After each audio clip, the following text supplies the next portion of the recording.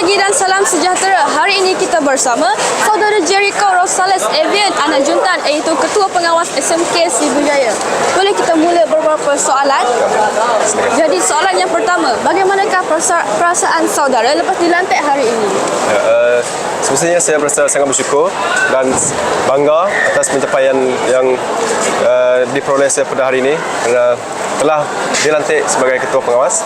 So, walaupun saya tahu jawatan pelantikan ini bukan satu penghormatan sekadar satu penghormatan bagi saya, tapi merupakan satu amanah yang besar yang harus saya pikul dengan penuh bertanggungjawab dan disiplin dan untuk menjadi contoh kepada pelajar-pelajar di SMK Srivijaya.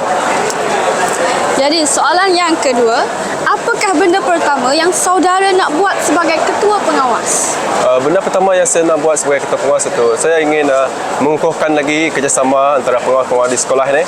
Kerana dengan adanya kerjasama yang kukuh dalam barisan pengawas akan mampu untuk mewujudkan suasana yang harmoni, teratur dan kondusif untuk sekolah SMK Srivijaya. Soalan yang ketiga, apa harapan saudara untuk pelajar sekolah SMK Srivijaya?